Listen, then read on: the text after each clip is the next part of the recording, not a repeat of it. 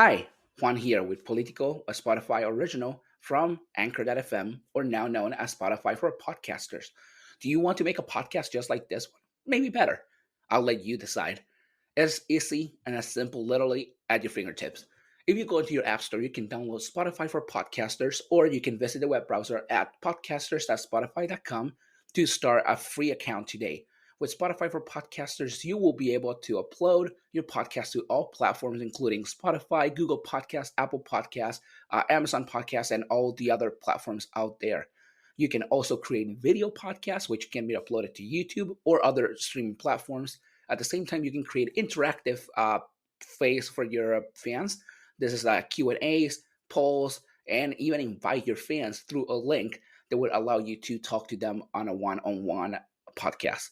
With Spotify for podcasters, you can also earn money, including a podcast subscription and ads just like this one.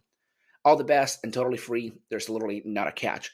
So since we found Spotify for podcasters, we have been working to make our podcast better every day, and I highly recommend it. If you want to start your podcast, definitely give it a try. Download Spotify for podcasters, the app, or go to www.spotify.com/podcasters to get started today.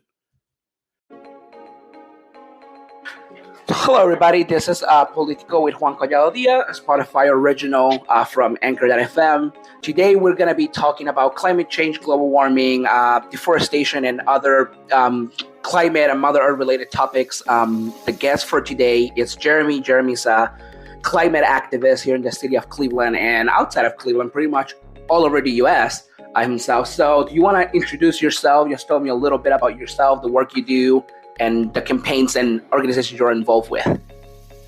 Juan, this is great. I mean, the political scene around here, I've seen you at my marijuana justice rallies, and then, of course, responding to the devastating blow to women's rights that we endured through the overturning of Roe v. Wade. So I'm extra informed by your podcast, but my whole background is, been about sustainable land use since I went to school at Ohio U and Akron U. But I didn't, I've been more like independent and not working as like a land use planner for any of the official like agencies yet. Because I didn't go to grad school, so I just I've been focused on my Cleveland, Akron activist career as doing a lot of outreach for the hemp industry prior to the 2016 legalization that was signed in the Farm Bill.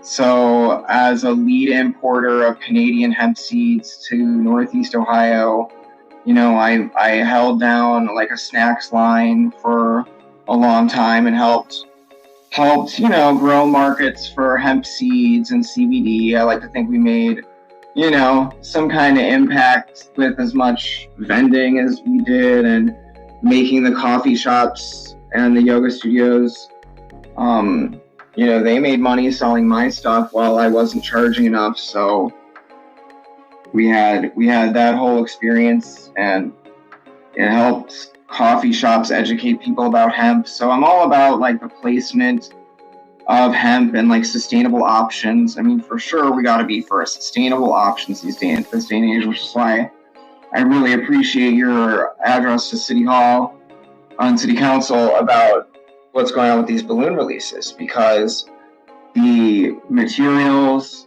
are being found along the Great Lakes rivers, and now we've got all this activity with the Ohio Sea Grant has a plastics removal campaigning, and the Ohio EPA has a litter grant program I was just looking up.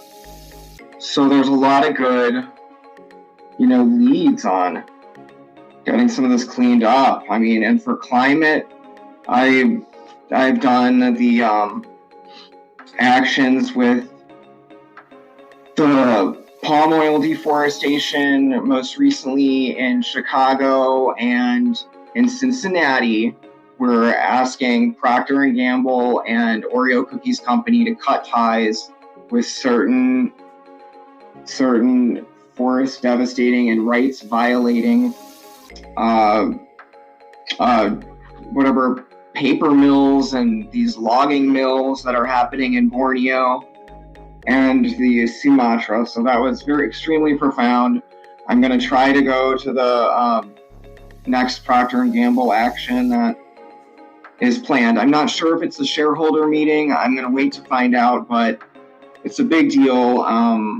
So those native tribes are called the Long Isoon region in Borneo and the Batak people, BATAK. So I actually, in Cincinnati, I got to meet one of the environmental campaigners that's like successfully saved like 17,000 acres in Sumatra and is like pleading with Procter & Gamble to cut ties with this TPL, and it's called Shutdown TPL, Rainforest Action Network, conflict palm oil campaign.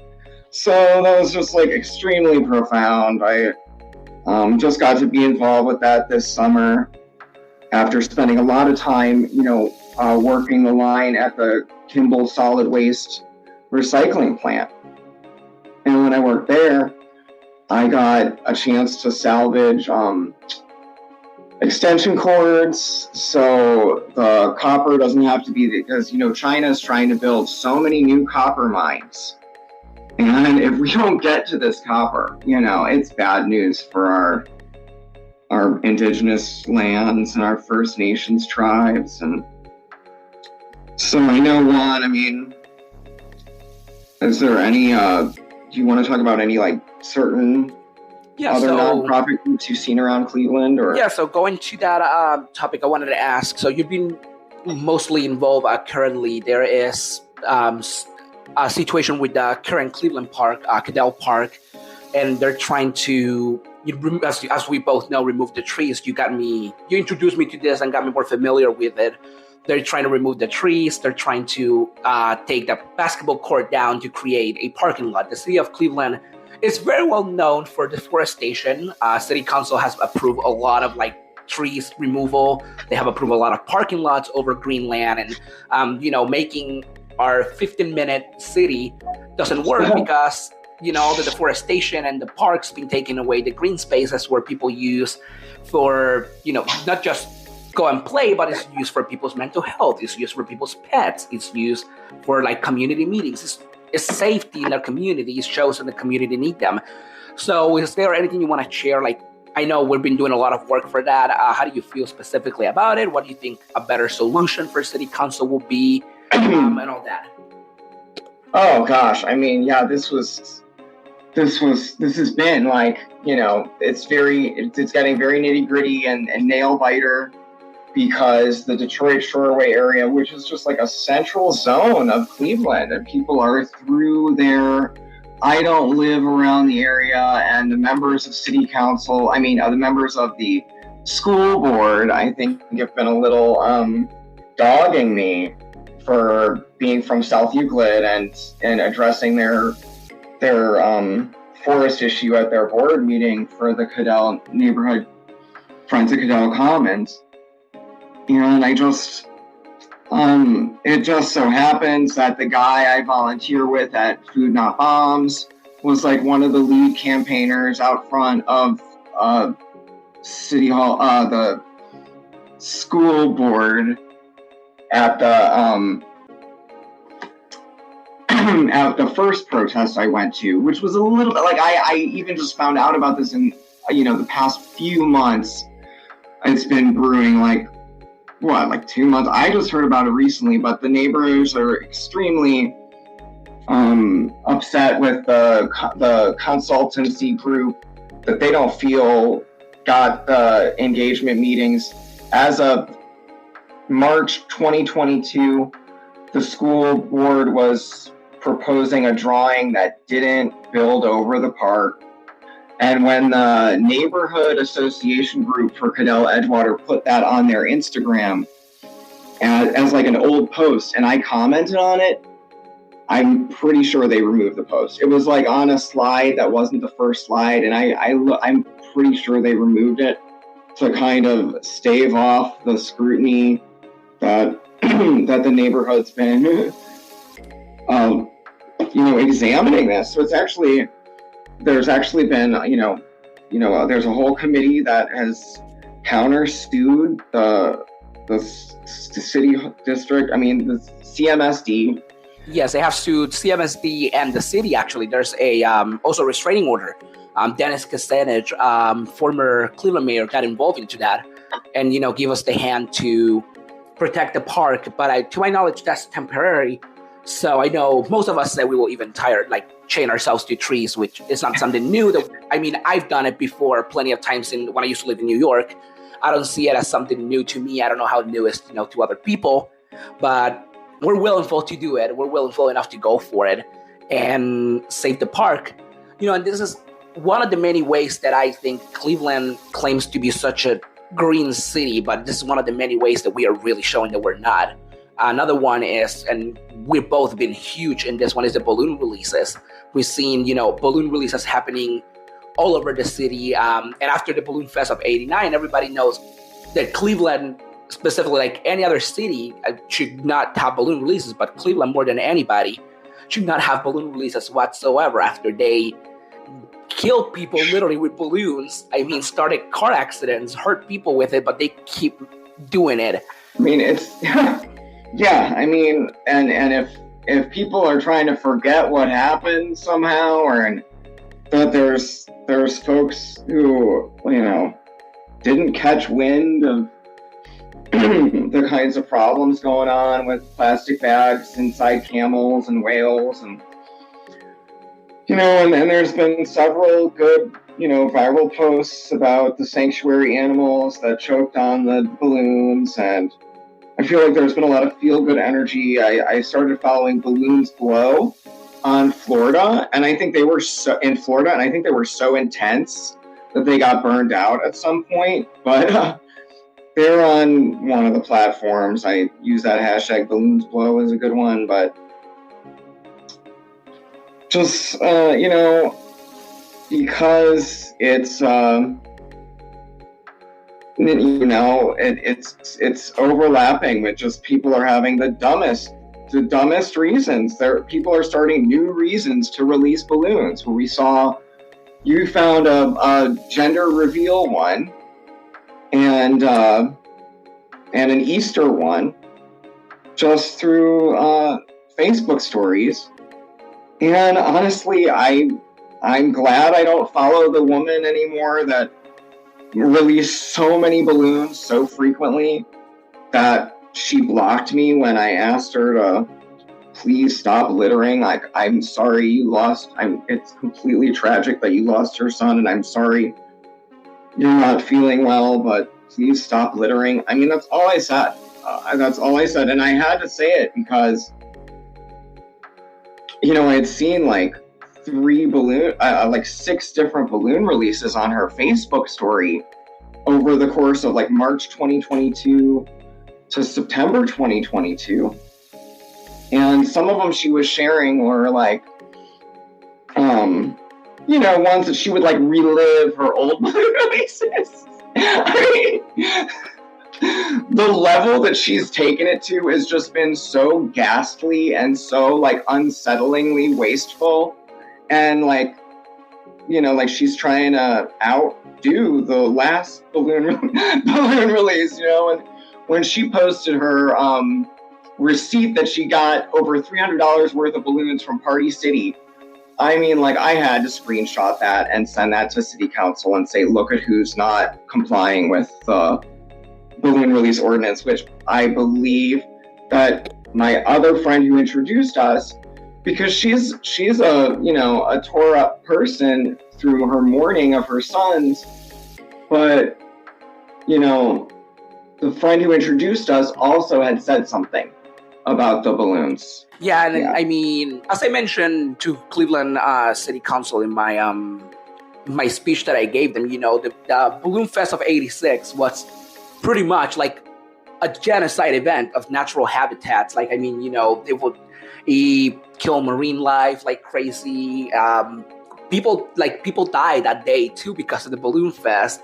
And are you serious? Yes, that was some people that were pretty much injured and a couple deaths because of the injuries and stuff. So the balloon fest of Cleveland showed enough as of today, that it took so long for them to create a law, and in 2022 they made a law. So almost 35 years later from the balloon fest, they made a law, and they're pretty much not following the law to the extent that it should be. They're creating new ordinance and policies to get the law more, to actually pursue punishment to the people that are doing balloon releases in Cleveland, which is what we want from the beginning, instead of just creating a senseless law, and they didn't do anything.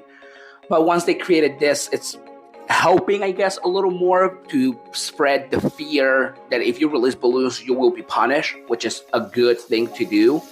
At the same time, I don't know exactly how. And while we're on the topic, I just want to go over how thorough I tried to be, because the health department has a form where you can complain about an accumulation of litter. So after I went to the police station in the district where the shopping plaza where one of the balloon releases had happened, and I told him, I have evidence of an infraction from my friend's Facebook story, and he refused to investigate. He didn't launch an investigation, this first officer, because he said they needed to be called to the scene of the crime during the infraction. Well, let's have all of our anti-litter people somehow get invited to all these, and that's how we'll do it. It is really it's just unsettling that these kids are littering. They're showing little kids to litter. Yeah, I mean, right? I don't know if you remember, I also mentioned there was a person in Cleveland that I'm pretty sure city council, one of the council people was involved. I want to say it was Jenny Spencer, but she's also the Cadell person. I want to say it was her, but this event, they released, I think it was 30 balloons for Earth Day. So they were having an Earth Day celebration, and they released balloons on an Earth Day celebration, which I was wait, whose day? Do you feel at liberty to say on this public forum? I can't remember the person's name. I have to look it up. I believe I sent you their information on a message, but I can't remember their name. I just remember that I have them on Instagram, and I saw the video, and I saw the council person in there. So I was like, that is awful. City council's there, and the council member is literally allowing this, which shows also that there are council people that know the law and don't care enough about the planet to stop balloon releases or deforestation. Wait, what happened? Sorry, you got to back it up on our this special pod. But what did the city council person not do? Or she was present. She was just there, and she didn't do anything about it. That's the whole problem. She was there in person, and it was the Earth Day event, which also to me it's on Earth Day maybe you plant trees most organization in West Park does it, Oak Brooklyn does it. I mean, they plant trees on their celebration, but this group, and I know it's someplace, I want to say that's Ward, my God, I think it's Ward 10, I want to say maybe, I don't know exactly which ward is hers, I think it's Ward 15 actually, 15 might be. So whatever her little ward is, she's been to that event, and that event was supposed to be Earth Day, organized by the community, but instead they released balloons, which I was okay, how much the city council actually cares? They don't care enough, I guess. And then this year they have come out with a couple different ways to create online forums or online forums where you can actually report the situation, and the person will, if you have enough evidence, the person will be fined for their actually for the crime that they're committing, which is releasing balloons. Yeah, right. I mean, they're going to have to start advertising like they advertise the dumping along the highway. It carries $500,000 fine. I saw that fine was going up, the dumping along the highway, and it's just the darndest thing when the city sustainable department, has a zero waste division, and I just think it's important that the city fulfill the crackdown, and do want to share that the murder victim of East Cleveland, Marco, his killer is at large, and I did share. I could try to drop that. There's so we have a goodwill effort to help this family who's mourning, but and to help them find this guy. What is Marco Toller, Toler, who's killer? I mean, there's that, which was so we want to get the Tamir Rice Foundation on board with this forest and trees things, because the honorary butterfly garden to Tamir is right there on the other side of the park. And of course, it would conceivably be easier to move the butterfly garden than these ancient trees, these near ancient trees. Actually, what we learned was so interesting about the iconic tree canopy at Cadell Park is that because the giant cypress looks so giant, but it's two trees fused at the trunk, so it looks older, but because they're younger trees, it's not that old. It's not. I mean, it's over 100 years old, I think. Anyway, that's on the petition, change.org. Save historic Cudell Park, Cudell, and the hashtag you got for that looks stellar, Juan. Absolutely. I'm gonna put that information also in the podcast link description, so people actually can. Yeah. I mean, darndest thing, but we need leaders from broader communities. I think the faith groups. We really want that attorney Crump to oppose balloon releases, and Al Sharpton, because they're there with the mourning families. But some of these other I hope that we can at least get the balloon ordinance to affect how many balloons those party centers can sell, and if they have a way to flag people in a system as a balloon releaser, they can be barred from. I know it would be an advanced approach, but if it's illegal to release more than 10 balloons at a time, then I think the stores should have some kind of cap, or if they're selling more than 10 balloons, they have to get something saying it's at an indoor event of people who are gonna be supervised that it's not released.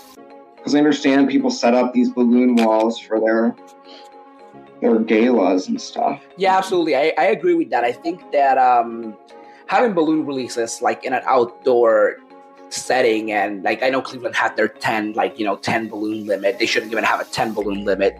They should be 0. But they're giving you the right to do 10 balloons. That should be enough.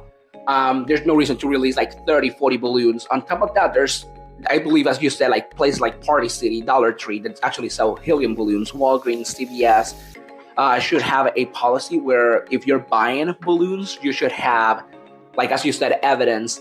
There should be an evidence that it's an indoor event if you're buying more than 10. If you're buying less than 10, then, whatever, screw it. But, if you're buying... Yeah, I mean, that would be great. But they would have to pass that where, the company has the waiver form handy, and that you're informed that it's illegal to release balloons in Cleveland, and you have to, but that would be asking, favors of these corporations, which chances are they won't do them, because it's capitalism. They have to capitalize out of the situation, and the best way to capitalize is pretty much destroying the planet. That's their way to do it. I'm just saying, like I said, shout out. We got the Plastics Valley Alley going up here in the Appalachian Eastern Ohio, and this border with PA,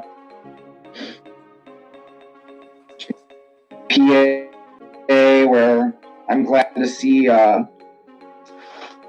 fracking activists following the state parks. I was one of the really good things we got done for water in recent years was getting the state to stop using radioactive de-icer. That was in the Rolling Stone article, America's Radioactive Secret, because this garbage waste brine, it's just such a big issue with Ohio and how much of this waste brine we're bringing in. And my allies with this citizens group in 614 CBIS, they have put together a whole white paper on I'm just so proud of another podcaster, Carolyn from Grassroot, Ohio. Definitely shout out to her and her environmental interviews, which are just always very informative. And so they've been working so hard to protect Columbus water from frack waste. Shout out to them. We got to testify to the Ohio State Senate Committee. So me and some other pro-water, anti-cancer people are on video on the Ohio channel doing that. And we were proud. I think we've had 2 winters now without that being used by ODOT, but I believe it is still for sale. So certain contractors can use it as long as it's reported to the ODNR. So the ODNR does basically oppose it, but I talked to Representative Casey Weinstein of Cuyahoga Falls, and he's one of the few who will even mention it on their feeds and say that this is an issue. So major shout out to just people who are transparent. Yeah, absolutely. DeWine hasn't been transparent about frack waste. Yeah, Weinstein himself is really good at advocating for things that are right, at least in Ohio. So that's one good thing. He's been very vocal about environmental issues, cannabis issues and stuff like that. So I would say big shout out to him for, putting his mind where it belongs and going out for sure. Are you talking about who? Weinstein. Oh, Weinstein. Oh, yeah. I thought you were talking about DeWine. I was about No. DeWine. No, Mike DeWine. There's things that I want to say that I cannot publicly say in a podcast about Mike DeWine. Starting with the way they handled the East Palestine train wreck. I think that was one of the worst handlings of Ohio ever. I mean, on top of all the crap that Cleveland has done. But yeah, with that, actually, I wanted to, since we're talking about the government, how do you think the government can play a role or promoting environmental sustainability? Is there a way that they can do that? What do you think, since yourself being an environmentalist, what do you think is the best way for them to play that role? Well, I mean, there's been some good track things with the Youth Climate Corps news and a handful of places that are better protected under Biden. But when Nancy Pelosi was asked, she said that they would make the Defense Department green. And since the Pentagon is this mega emitter, the largest emitter, I mean, you're right that it's gotta change. And I think, ending the Cleveland Air Show is just completely the most baseline thing they could do. Could we stop gallivanting around the planes in the sky just to observe them in the sky? Let people watch a video of some other, some previous... I agree. The Cleveland Airplane Show takes so much... I mean, it's not just... environmental justice also means housing. And it takes so much money that it could be put into Cleveland housing stock. I was walking the other day downtown Cleveland, and it's so many homeless people in the past few years. Cleveland, and we put this air show that pollutes the air, literally destroys the air quality of our city. And then we have, on top of that, the money that's spent on gas and the fossil fuel that has to be used to create that gas and all that for that. It doesn't contribute anything but making a couple people in the world happy, which is I don't care pretty much about this airplane show where you could be putting a bunch of houses for the homeless. You don't have to even make like huge houses. Just make good enough houses that they can live in. Has 1 bedroom, 2 bedroom work, and even apartments. Make apartments if it works, but don't put your money towards something like an airplane show where it's just worthless. Once a year, you're spending over like $5 billion on this BS. And yeah, the Cleveland airplane show, actually NEOC and I believe IRTF Cleveland also released a slideshow that shows all the money spent on that and on the airplane show and how much could be used to like give to Clevelanders. Like there's housing, food, sustainability, parks, everything you could build with that money, but it's given to an air show. So yeah, that's one of the things. And it's pretty much a capitalist way to get around, because then they can sell like parking spaces or like something like that, so people can go and see it. Well, and as far as PR events goes, that's what my former service friend, that was what stood out to her, is that it's essentially, something to keep the military on people's minds so that they will be, so that the recruiters can appeal to them. Is another one, because, with the recruiting. But no, this year it's so important to be environmental in the Farm Bill, and my heroes are like people like Dr. Mark Hyman and Food Babe, and people who've been fighting, like Moms Across America group that's been against Roundup herbicide, for this whole time. And I'm a few chapters into this book about Roundup herbicide called Toxic Legacy by Dr. Stephanie Seneff, and it's extremely profound, like the effect it's having on all these microbes and these steps in our enzyme metabolism, and people are at risk of B vitamin and tryptophan deficiency, and gut dysbiosis. A lot of disorders can come from these the effects of Roundup. So I've been happy to either try to look for organic wheat and oats, or try to get made in Italy pasta, because they were getting rid of Roundup in 2016. And I heard some good news that it might be slowing down in Canada or France, but there's a lot of activity around that. And so I suggest, us in Northeast Ohio, our representatives, Chantel and Max Miller from Wayne County, are on the Agriculture Committee, as well as Senator Brown. So just send in your appeals. I think there's a strong incentive to do like No Mow May and Leave the Leaves. Some of my favorite groups that could just work on that front yard as a park kind of movement with is called Midwest Grows Green. And since I heard from them about the effects of 2,4-D in lawn chemicals, and what an urgent thing this was, that was corresponding with an uptick in pet cancers. So I've sent off my environmental letters now. We're asking university hospitals to stop using lawn chemicals, and we're asking the Metro Health system of Cuyahoga County to stop sponsoring the the air show. Yeah, can you believe it? I know it's the hospital. It's so much money for it, and they don't have money for their equipment, or the hospitals. And oh my gosh, this is one of the horrifying things of Cleveland. And pretty much you talk about the GMOs, so like pretty much I was gonna ask like, what's your opinion? But you pretty much gave me your opinion on it in the past minute.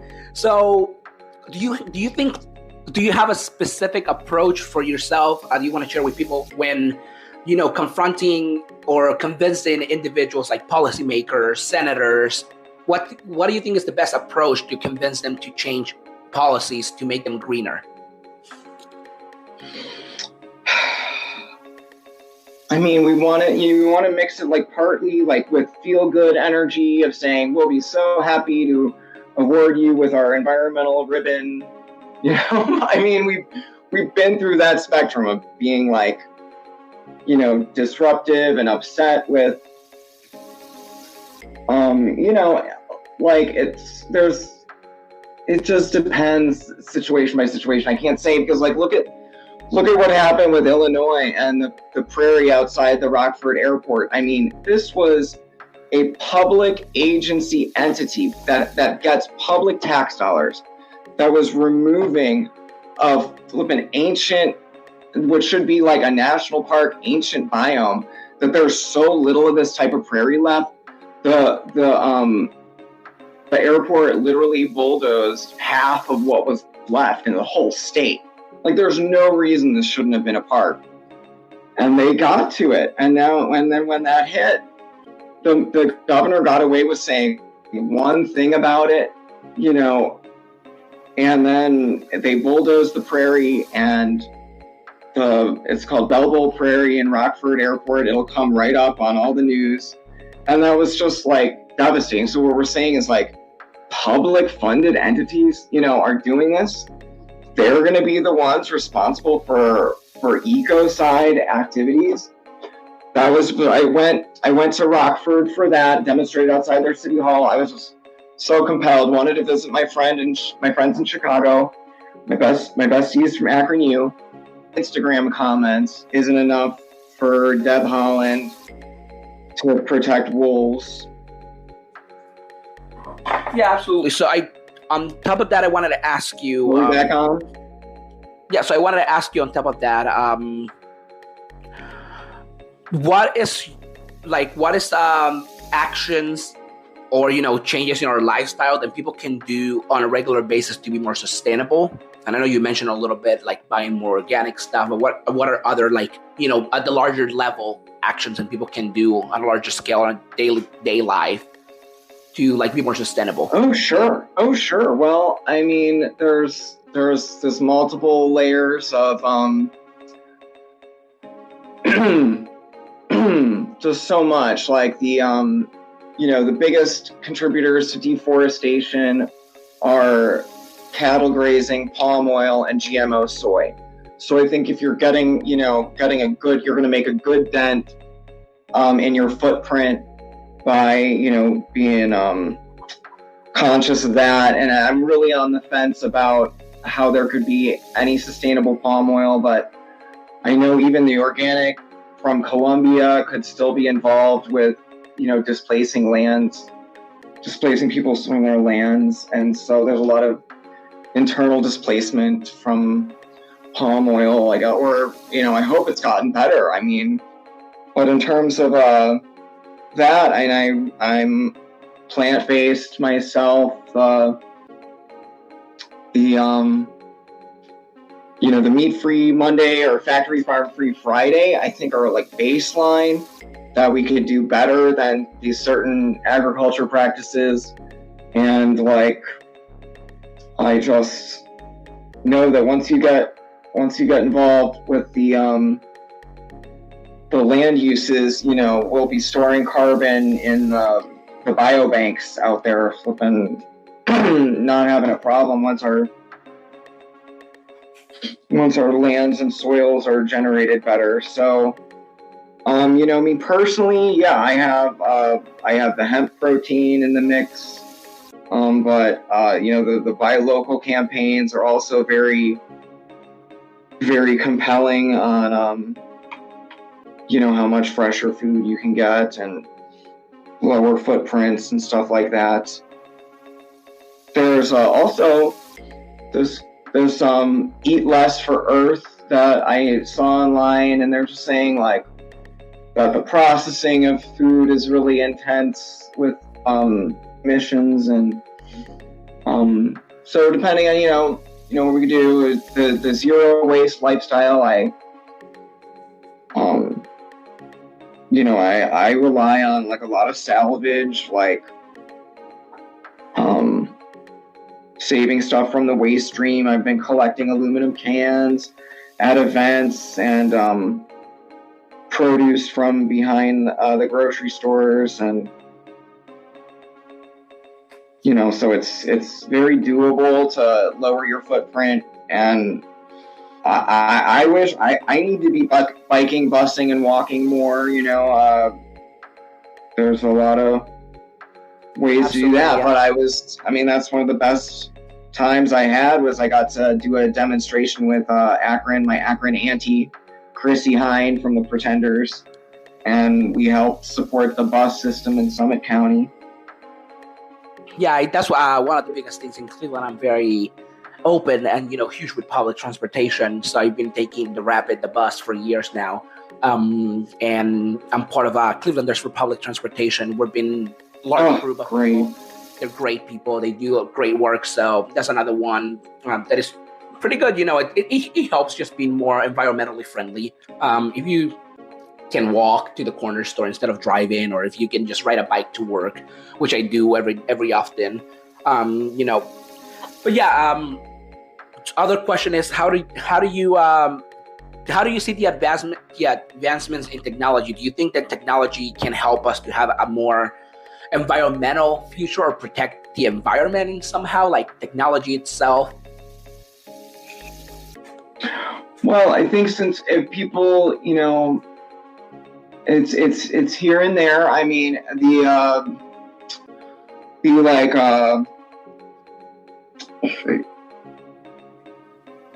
stuff like Let Go and the whole circular economy, I think, is, making prosperous use of some of these get rid of things platforms. And so, I think that's working out good. But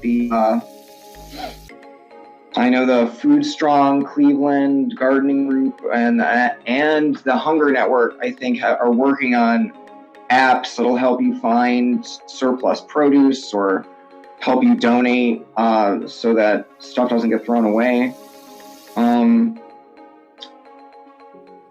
But by and large, I mean, I got some good ideas. I mean, the March for electrified vehicles, I guess California is electrifying their fleets around their ports, and it's going to be like major. And because all the port pollution has been, one of the worst sources. And just with that, I mean, this whole time we've been saying, filter the dirty diesel engines, but apparently there's still dirty diesels on the road, and believe it or not. Yeah, there's a lot. I know people that actually, for some reason, still drive like diesel trucks, like their personal vehicle is a diesel vehicle, which is like, oh my gosh, why even bother? Like, it's so expensive, and on top of that, it's just so hurtful to the planet. Like, get alive, but whatever, they don't want to get alive, I guess. Well, these filters were supposed to work.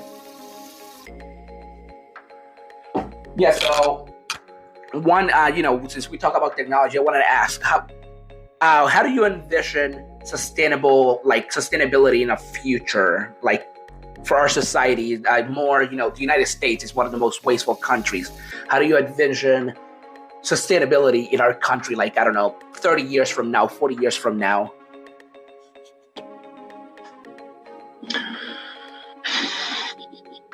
Well, I see us being finally, like, if we can focus on, cleaning up what we've already done, and I'm not full on for I'm full on for a lot of the good goals, you could say, but I don't, I in the near future, okay, I'll go over, I guess, and as future stuff I've been thinking about was 30 by 30 has been this thing. Oh, we're going to protect 30% of our land.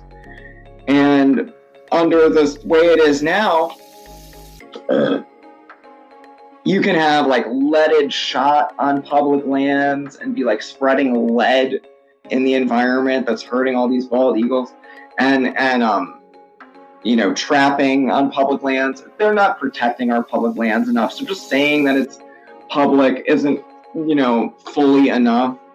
So I'd be much more comfortable with I think we've got some hardworking people, but with having Harrison Ford be the national parks guy, I think I would actually trust that he wants to keep them all looking nice and preserved and stuff. But I mean, the move towards toward a climate resilient future. It's just, we're going to have a lot of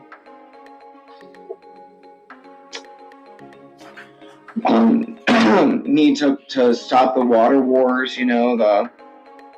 I just think that, well, if we don't have efficiency by soon, then they're gonna, have to make some difficult. We're going to have to make some difficult sacrifices, I think, with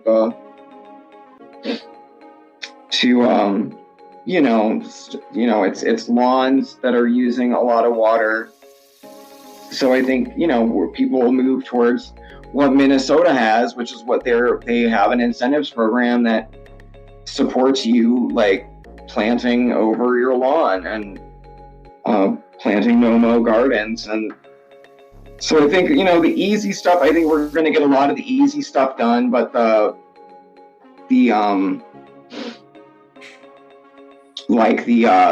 food waste and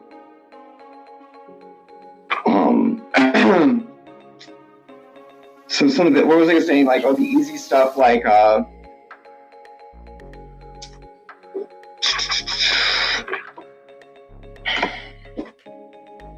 there's a lot of challenges. I'm actually stumped right now with how much. The future, thinking this far into the future, like 2040. Yeah. No, I think we'll have biodegradable materials. I think as long as we stay focused on biodegradable materials and reducing our wastes and footprints, we can have affordable housing with these fabric bricks and these plastic bricks and these different recovered materials. And yeah, I was looking. I went to there is a lot of good news that they can filter phthalates or get rid of PFAS somehow. Like, I do think that the advancements that are here are pretty positive. Yeah, absolutely. I went to a restaurant yesterday in downtown Cleveland, a bar actually, and when they gave me utensils, and there were biodegradable plates and biodegradable like fork, knives. So I thought it was really cool. I mean, even the paper was like the biodegradable like napkins and stuff. So I for it was a small establishment. So I thought, wow, this is for, I can't even remember the name of it, but for a small establishment in Cleveland, it was like, this is so impressive. And they had like, all these biodegradable items, which, I mean, big places don't even have. So it was, I was very impressed by it. Yeah. I mean, that's one of the things that if, there's certain, ordinances that could be passed about, drive-through lanes and how much to-go materials are, places like licensed to, produce so many to-go materials. I mean, it's the darndest thing. But, the plastic cups you'd think would be the biggest contributor of Starbucks's footprint, but it's actually the dairy for all their drinks. And so what was the national campaign that we're going to be doing an Akron action for in October is to stop the upcharge on the vegan milks, so that they're actually, supporting reducing emissions. Like, it's a significant source of their emissions. Yeah, absolutely. So I wanted to also ask you, since you do all the environmental activism a lot of the times, do you think we've seen environmental activists, like for example in the UK we've seen Stop Oil, they go in the middle of highways, close highways. I seen lately they just glue themselves to different like locations. Do you think are those effective ways to protest? Are they like more, do they take the attention away from what the protest is about?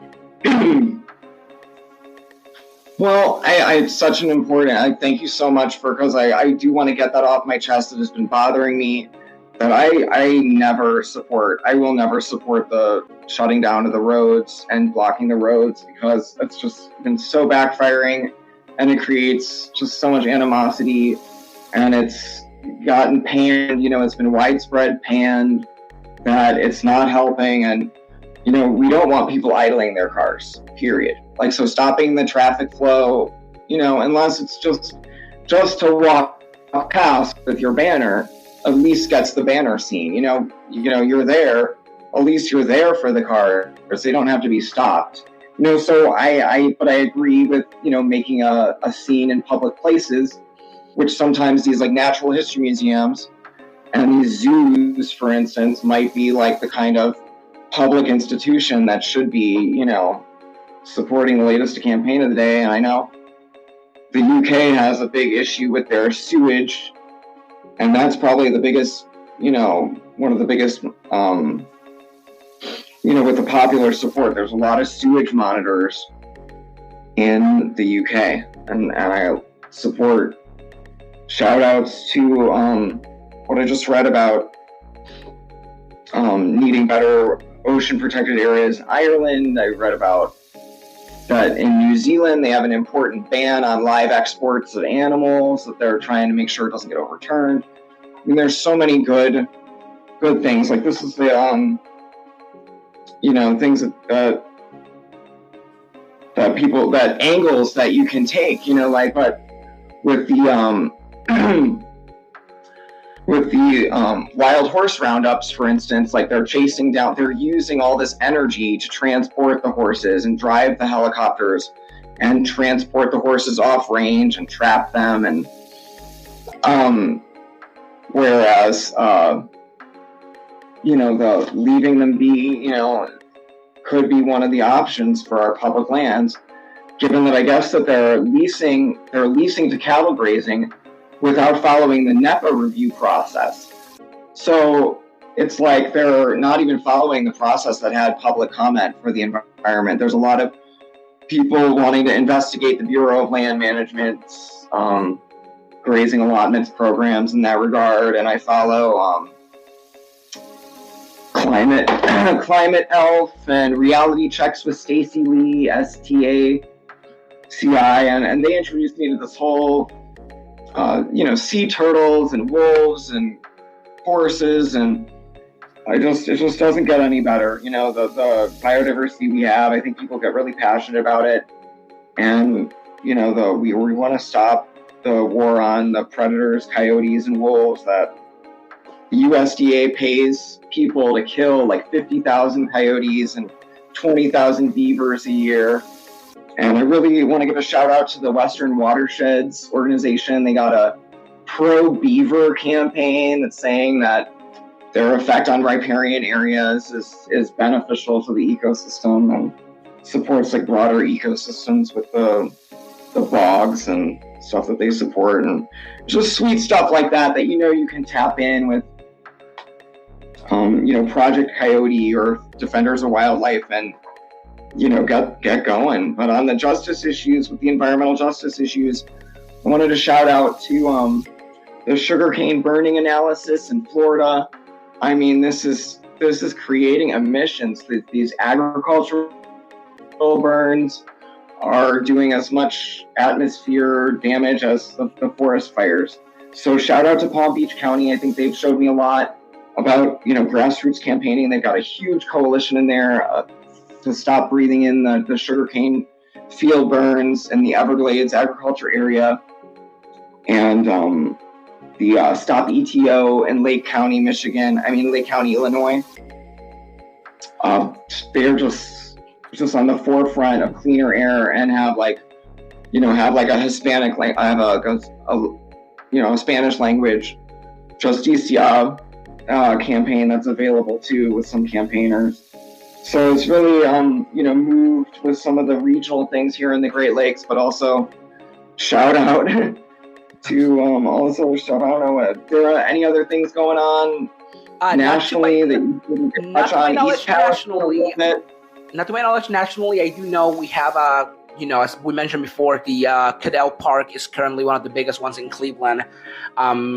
And, we're both involved in that. I'll leave in the description of the podcast. I'll leave more information for people to follow through and stuff. I wanted to ask you lastly on this one. You're big in environmental and all that stuff. So I want to ask you, what drives you and what encouraged you to become an environmentalist and an environmental activist? Well, I guess I just had I had some realizations in my life that were just felt like revelations that were like, just been,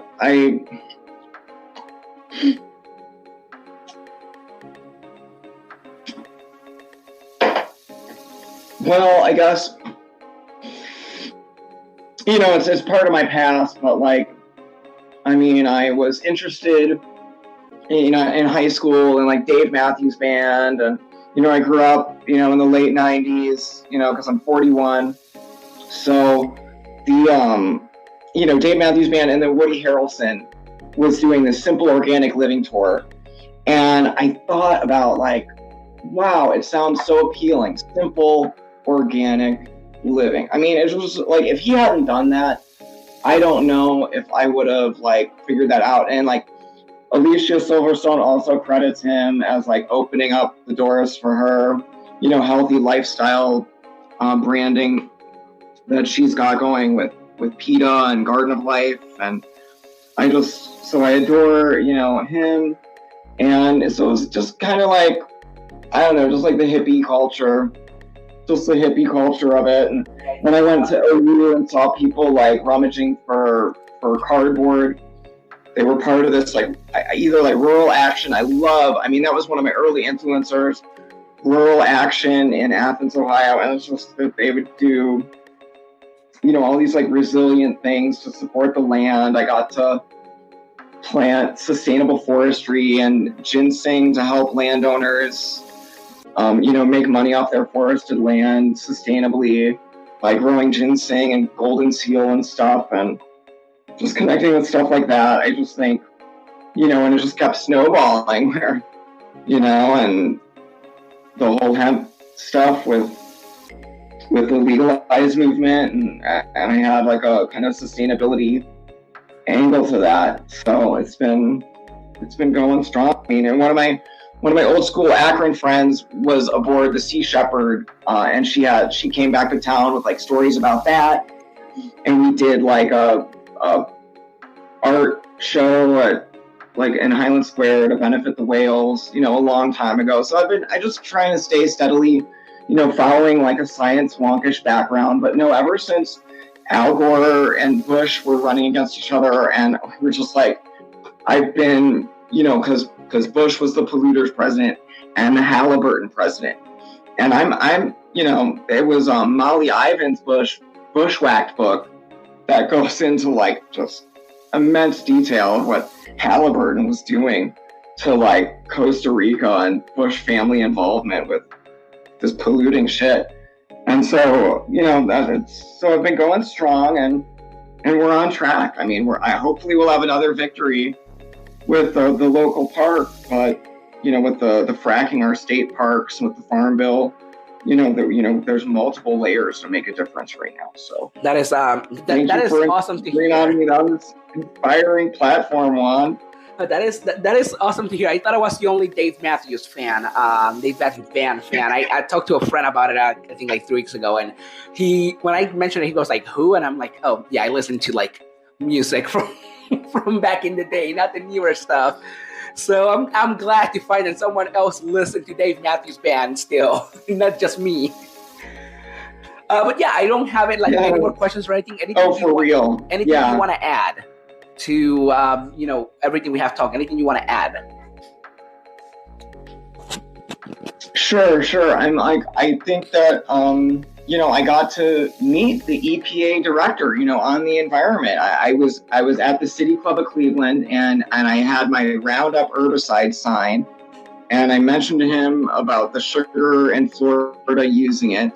And so I just to stay rugged, to stay